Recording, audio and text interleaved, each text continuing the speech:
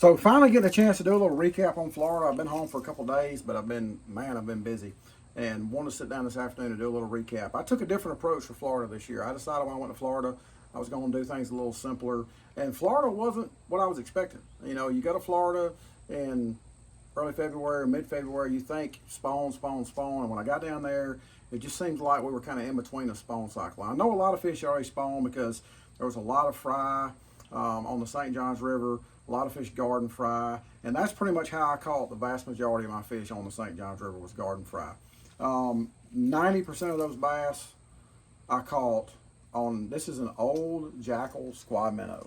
This is actually the jerkbait that I used to win the Bassmasters Classic, and Jackall doesn't sell this bait here in the States anymore. They're pretty hard to get, and I cherish the ones that I have, and I also continue to collect them. But this is a phenomenal jerkbait, and the reason I chose this jerkbait, I love the Jackall Squad Minnow 95 because of its size. If you look, it's just a smaller 2-hook jerkbait, and it's a jerkbait that when those fish come off that spawn cycle and they're really not wanting to eat, they're really not aggressive, I really think a smaller profile jerkbait like this is really key. The other thing really unique about the squad minnow is even on big line, I was actually throwing the squad minnow on 17-pound test fluorocarbon.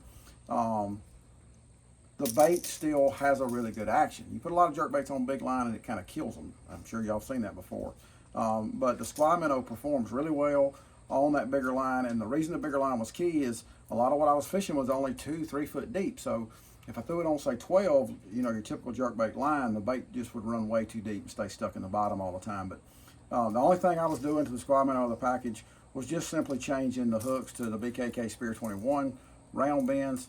The one other thing that I will say about the squad minnow deal was I was throwing it on an ARC 8-to-1 Gravity 8 reel, G8 reel, but the unique thing I want to show y'all, you see this right here, this BL704? This is something I've been working on for a couple of years with my good friends over at Temple Fork Outfitters. You know, Temple Fork made a family of rods for me back about 10 years ago that were called the Pacemaker series. And the Pacemaker 704 was and has been my all-time favorite ever crankbait rod. And it's just out of that family, that rod just came out awesome. And it's been a very hard rod to replicate.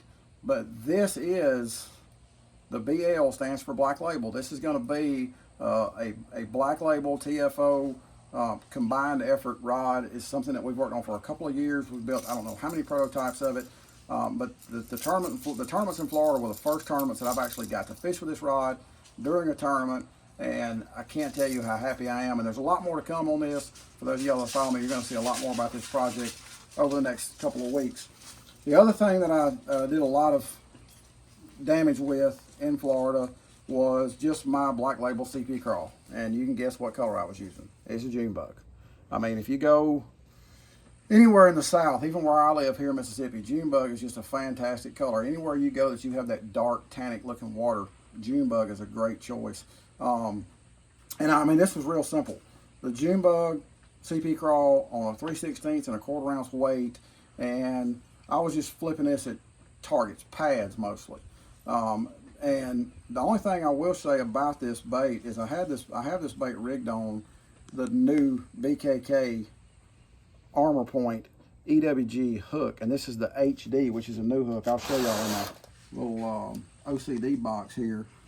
So if you go to my OCD box and you see here where this is the offset wide gap worm hook, but you see the HD, that stands for, I call it heavy duty.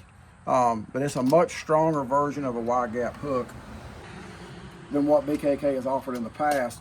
And with the new wire that they have, I don't think there's an EWG style hook on the market that's stronger than this. I caught several of my key fish. Matter of fact, the fish that I thought would make me make the top 10 at Okeechobee, I caught with about 5 minutes before I had to leave on the third day.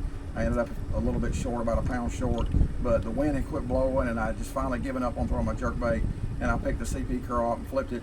And I was actually throwing this on 50-pound braided line and about a 5-foot piece of 25-pound test fluorocarbon, and I caught a 4-pounder, wound him up on that 50-pound line, and just boat flipped him because I didn't have a whole lot of time, and I was in a hurry. It was time to go.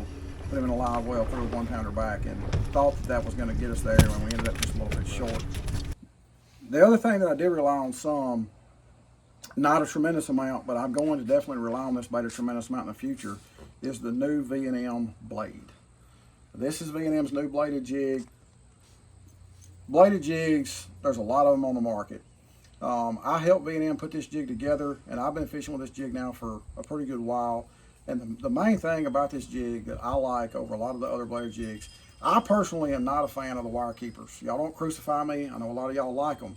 But the wire keepers on a lot of bladed jigs and a lot of jigs period, I just really don't think perform very well. This keeper right here, this lead stair step keeper, hold your bait. I was putting the same bait that I was flipping. This is a CP Craw. I was using a black and blue one.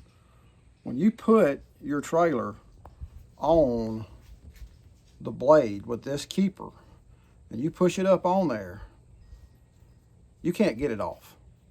And that's without not having to super glue it, no twist it and then turn it back, no trick, no nothing. Just thread it up on there, and it holds your trailer better than anything out there. And you know, I like to skip a bladed jig a lot, especially down here where I live, like around cypress trees and boat docks. And it's always been a pet peeve of mine that your trailer wants to come off of your bait.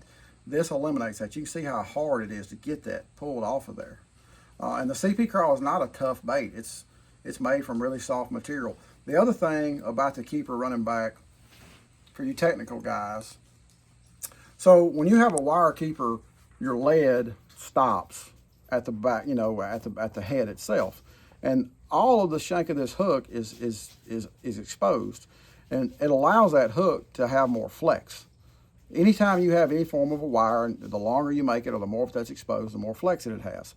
By having this hook encased in this stretched out stair step keeper, it makes this hook substantially stronger. This is just a 5/0 black nickel hook, but you would be amazed. I mean, I am sure enough pulling on this thing, and it really makes this hook, you can see it came right back to shape. It didn't curve or bend or anything. It really makes this hook extremely strong without having to have a super heavy duty wire gauge hook. So this is a new product from B&M. It's not on the market just yet, but it's coming real soon, and it's going to be simply called the Blade. So that's kind of pretty much my recap from Florida. I enjoyed fishing my first 2 Elite Series events. I'm looking forward to the next.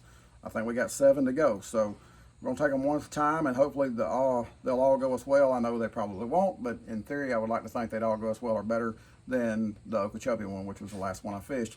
But that's what we're going to shoot for. I appreciate all y'all support and all y'all follow me, and I hope y'all have a great day.